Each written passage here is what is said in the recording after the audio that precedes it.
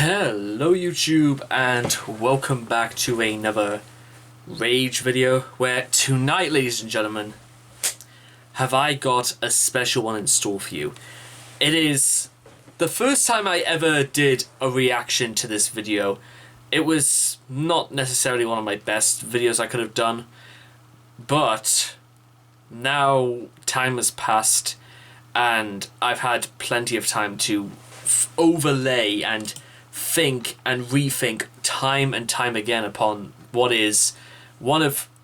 I don't necessarily think this is one of Tool's best songs, because there is no real definition of what technically says something like either the pot or parabola is meant to be superior to Vicarious or chocolate chip drip or something like that.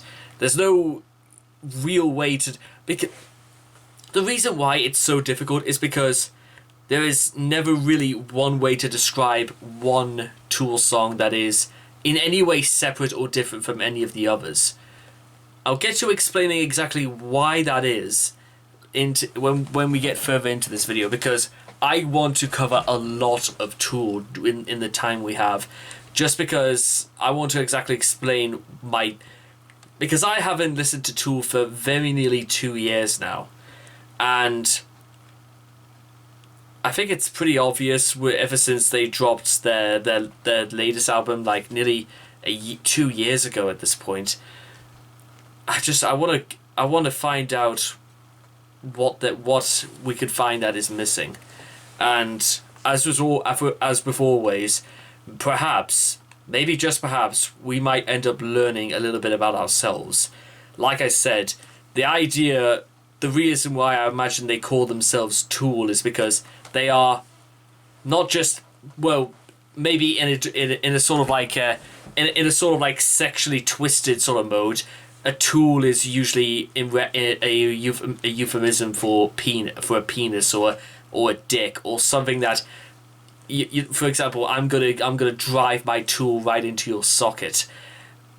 Or, and this is exactly in the other context you can look at Tool, it is simply a device, a weapon, an object of manipulation to be used for whatever end it might be, for maybe repairing a broken socket or driving it through the neck of somebody right next to you. There's going to be a few instances I might pause this, and I feel like my ideas might turn into rants of madness, but to me it's about what can you make of what we're going to get into, and nowhere I think is more prevalent in that than, I'd say, Vicarious, probably because of its, I don't want to say mainstream appeal, but this is the one I could imagine like a lot of people could reminisce about because of its subject matter. So let's begin. So if you guys want to check out the original video for yourselves, links will all be in the description down below. Let's begin. Vicarious in 3, 2, 1, and...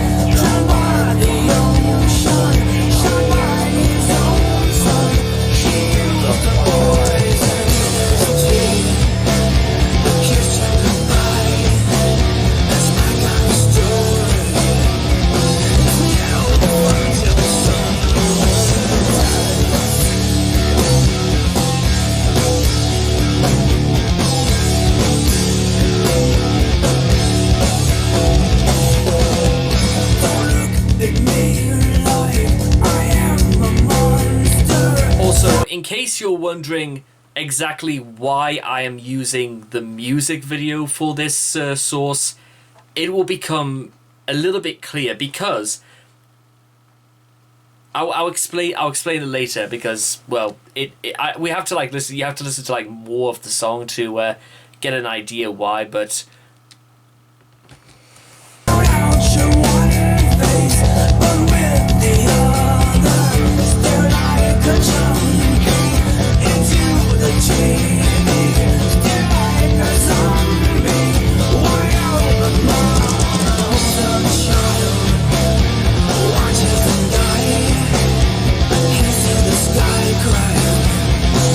Why, oh why? 'Cause I need to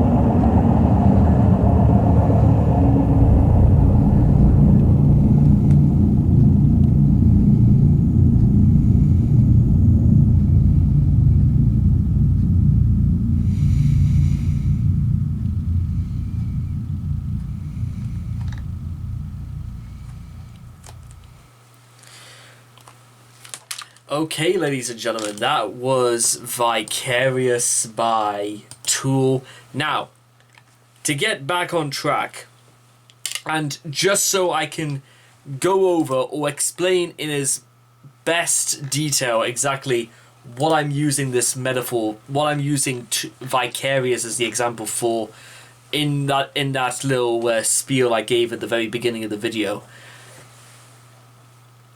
In our current world, to take COVID-19 just as one example of a worldwide event that has been taking place for well over a year at this point, we're going to use that as a sort of like the basis for what I'm about to talk about.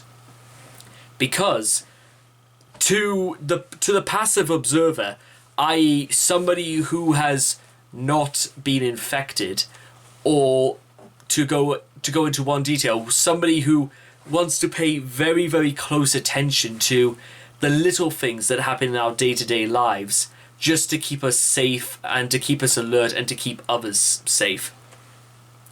The only way we can realistically know exactly how bad things are getting out of control is through, in many ways, through the sharing of knowledge. And how do we share our knowledge? Well, by 2021 standards, sharing knowledge is sharing it over the internet. Sharing it in the newspapers, word of mouth from one person to another.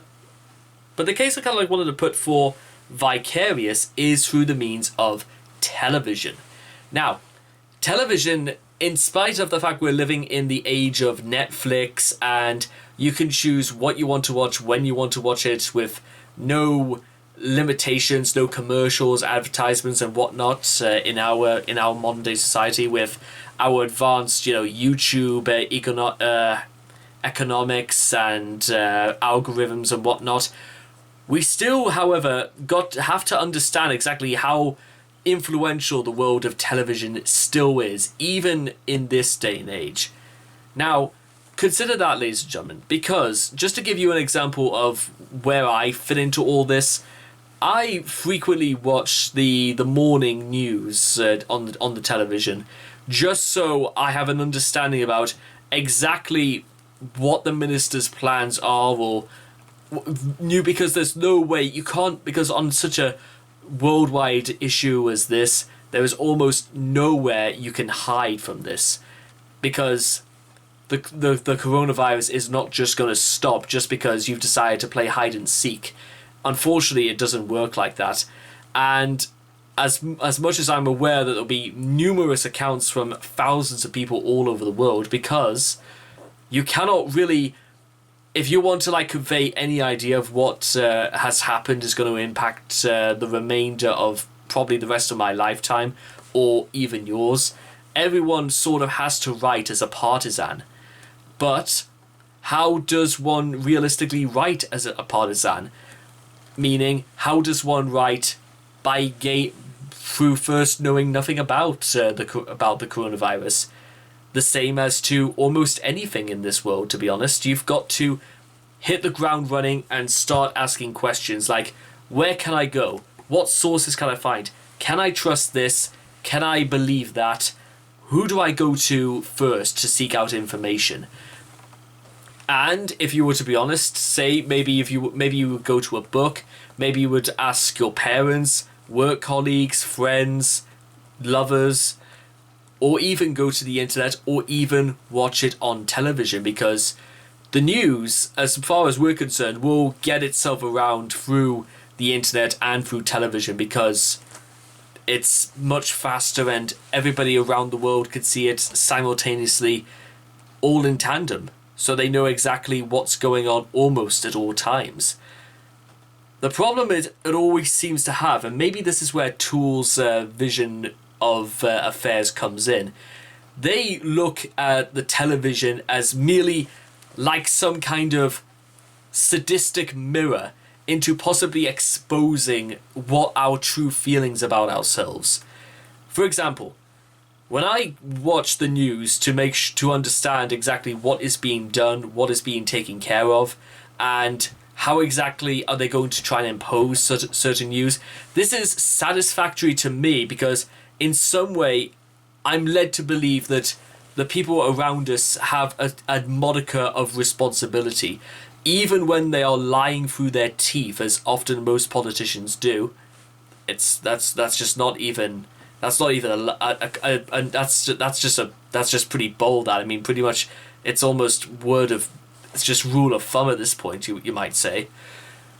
But the point is that it's satisfactory to me because, like I said, whether or not they're lying or not, in situations like this, you're going to have to be as truthful to the public as possible.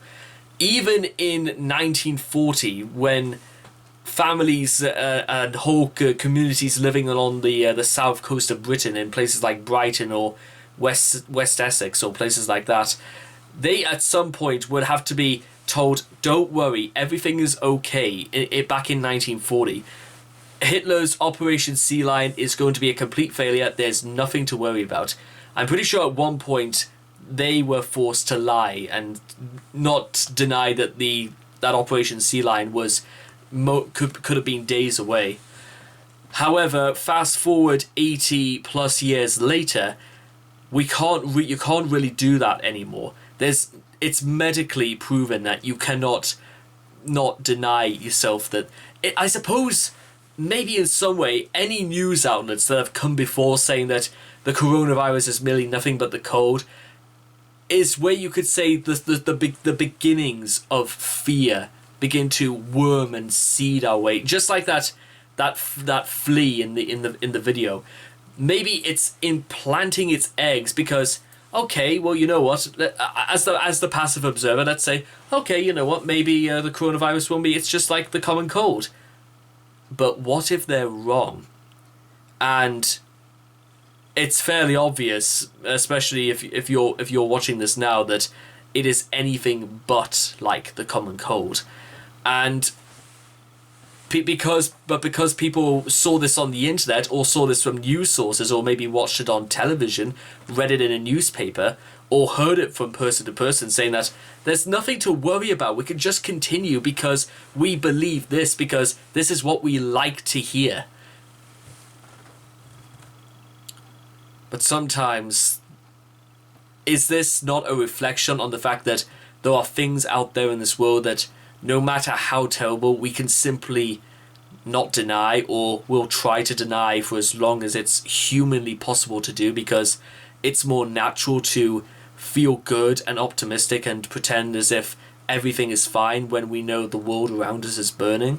Is it a sense of self-mortification to instinctively lie to yourself and to believe that everything is as you see it, unchanged, and is hardly going to get in your way?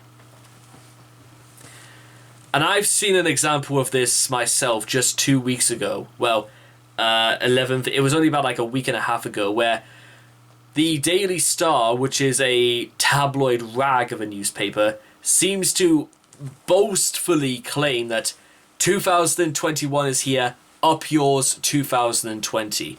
They were joyously exulting in the fact that apparently since the year 2020 was over, there was absolutely no reason why 2021 is just going to kick its ass and everything was going to be, coming up daisies, you might say. Meanwhile, another newspaper called the Sunday People said, we need to be watching everyone. We need to increase our restrictions immediately. And you could see here how this mentality works both ways, because they can't both be telling the truth, but they can't also be lying either. So naturally, when you're faced with two parallel paradigms, you're going to have to literally, it's down to you to decide which of them is the truer and honest opinion to take. And to take it back to Vicarious for a second here, I need to watch things die from a good safe distance. Vicariously I live while the whole world dies. Now, I'm just going to look up a very quick definition of the word vicarious itself, because I'm pretty sure without searching it yet, I'm going to assume that vicarious means that living precariously, as if you're like living on a knife's edge. But let's just do it anyway.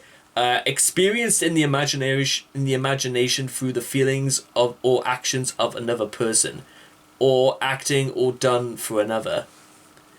This catalogue brings vicarious pleasure in luxury living, and maybe that's, well, again, to take it back to the video of watching things die.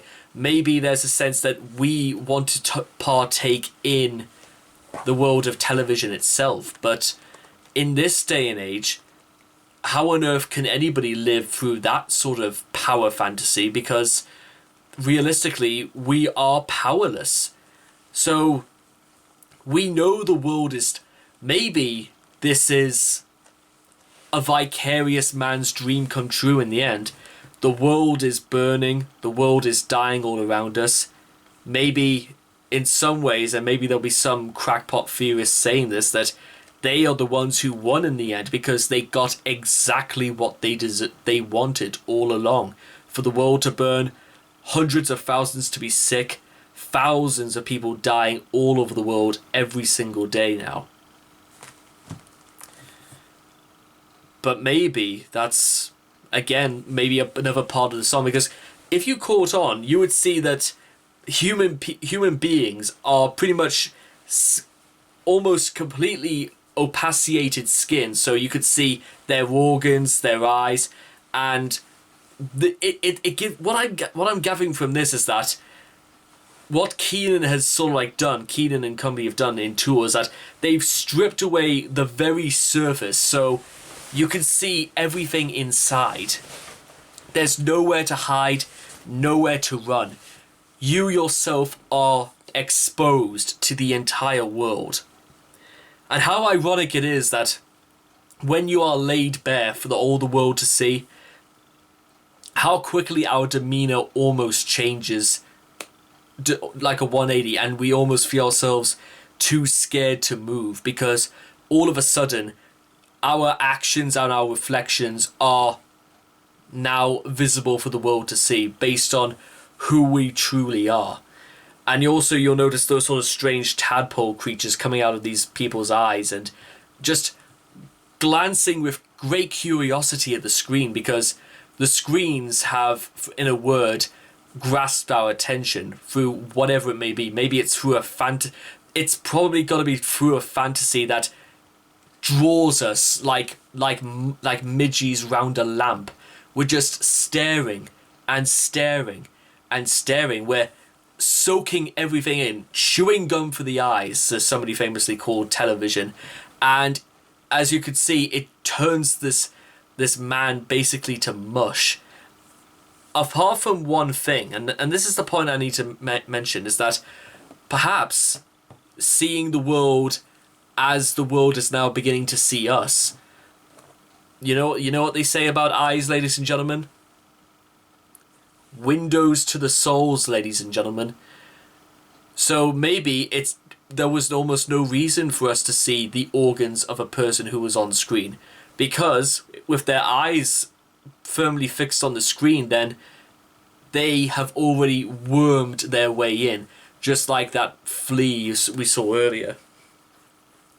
And what I could gather from the way the video ends is that when we have gathered just about every last scrape, drop, morsel of what we could gather from our fantasies, then we are satisfied and we are now smarter as a result. And if we did this sequence time and time and time again, we would become omnipotent and we would just about know everything there is to know.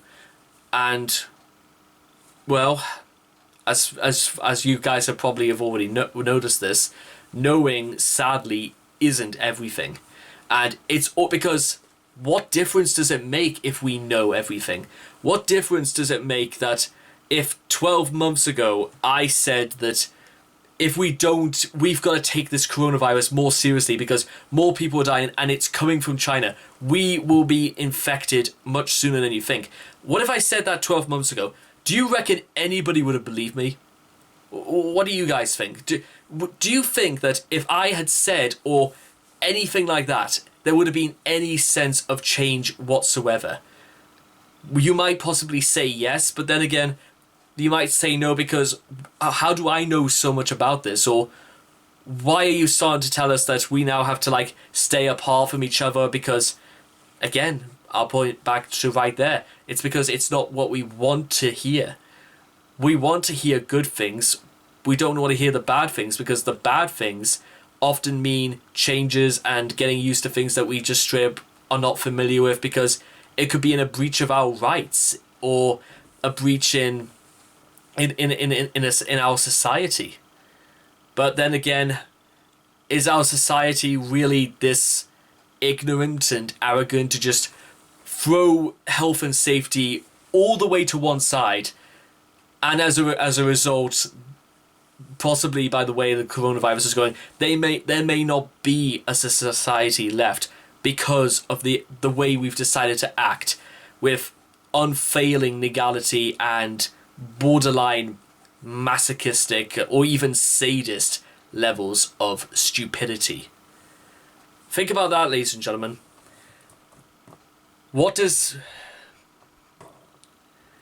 is this what you wanted, ladies and gentlemen? Because in some ways, we chose this because we decided not to act sooner. Maybe this is what we decided when, for whatever reason, we decided to print that the coronavirus is just a common cold. There is no reason to be concerned. Well, you could say very much this is the price. And notice how it's only taken up until today, in the UK at least, for there to be an announcement that say that no persons outdoors are allowed to exercise with each other. But that does not go far enough. Even in nations where they are taking measures, how do we even know that they're even going far enough to ensure that we have things under control? Living frugally is how they call this. And I don't even begin to think that we could even do that.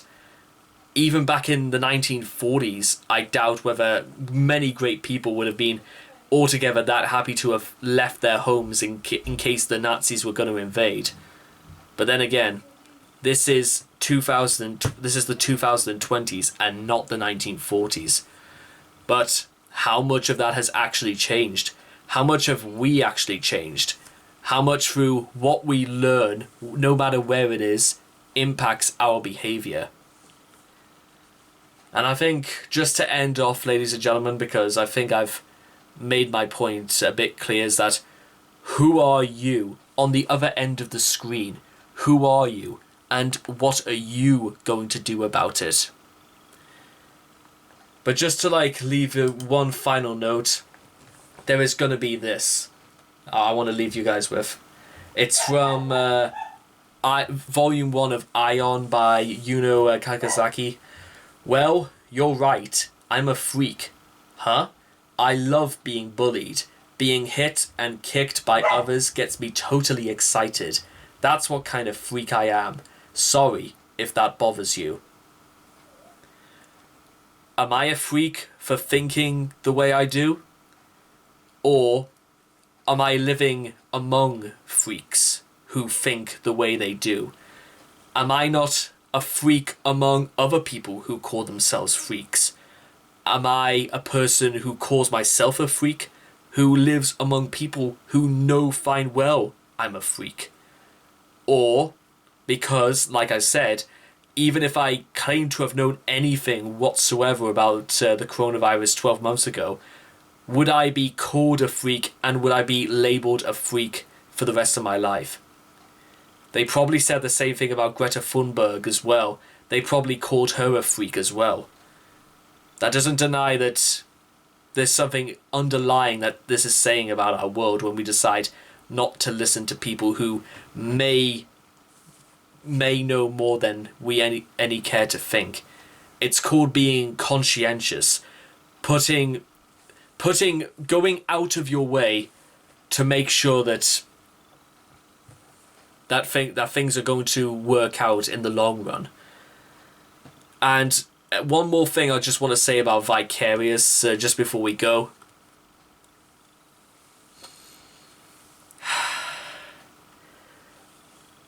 So one day, possibly, maybe towards the end of our lives, or maybe at some point in our lives, there will come a moment where who we are will be revealed, and we might be on the other end of the screen, and the whole world will be looking at us. And do you want the world to be calling you a freak?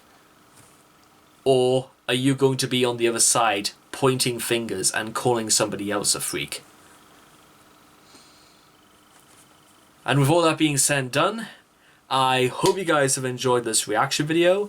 Please leave your thoughts and comments in the comment section down below. Let me know what you guys thought of Vicarious by Tool. Please also make sure to also like and subscribe to get daily notifications when my videos come out. And I hope to love you guys again in the next reaction video. Take care. Bye-bye for now.